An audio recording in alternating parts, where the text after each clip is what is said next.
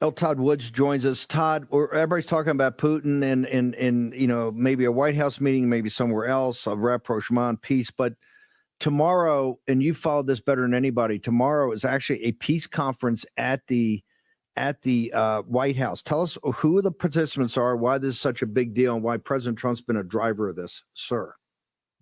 Well, as you know, Steve, Armenia is the first Christian country, and we were just spent 2 weeks in Yerevan looking at the history there and why this is so important. Because nobody's talking about the persecution of Christians, and luckily, President Trump is doing something about it. The president of Azerbaijan, Aliyev, will be there, as well as the Prime Minister of Armenia, and they will be discussing the Trump route for international trade. And it's called TRIPS, prosperity and something, and it is a corridor along southern Armenia, along the border of Iran, between an exclave of Azerbaijan and the mainland of Azerbaijan.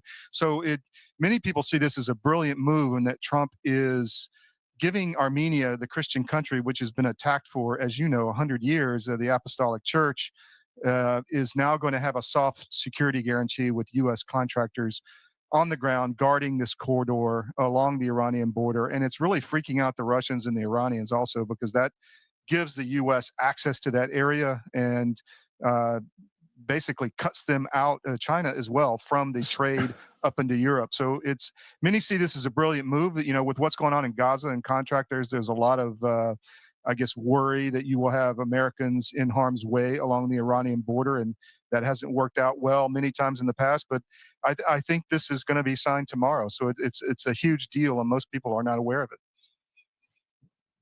So hang on for a second. Two things. Number one, because I'm pressed for time, give me this, because you've been on this better than anybody, I think, or as well as the best. The persecution of Christians. Talk to me about that, because that does not get a lot of attention here in America. Well, and I fault the Christian ministries for this. I mean, they're not talking about this. You just had thousands of Syrians killed in Syria, and there wasn't a peep out of anyone. And so we decided we're going to go there and talk about it. And Armenia has a decade-long history of being murdered. I mean, the first genocide of the 20th century was in Armenia, where the Turks killed over 2 million of them, and it's still happening in many ways. You just had the war with Azerbaijan in Nagorno-Karabakh, which was a historic Armenian Christian enclave. I went to the first Christian cathedral in Etchmiadzin in Armenia, right outside of Yerevan, the capital, last week.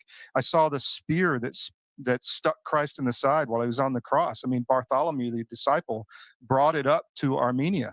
I mean, the history and the real Christian belief system is there in the Apostolic Church, meaning it came from the disciples, the Armenian Orthodox Church. And yes, we have to talk about this much more. We're going to be in Beirut next week to do the same thing with a team, talking about what's going on in the Middle East. Christians have been wiped out of the Middle East, as you know, and I know you've talked about that.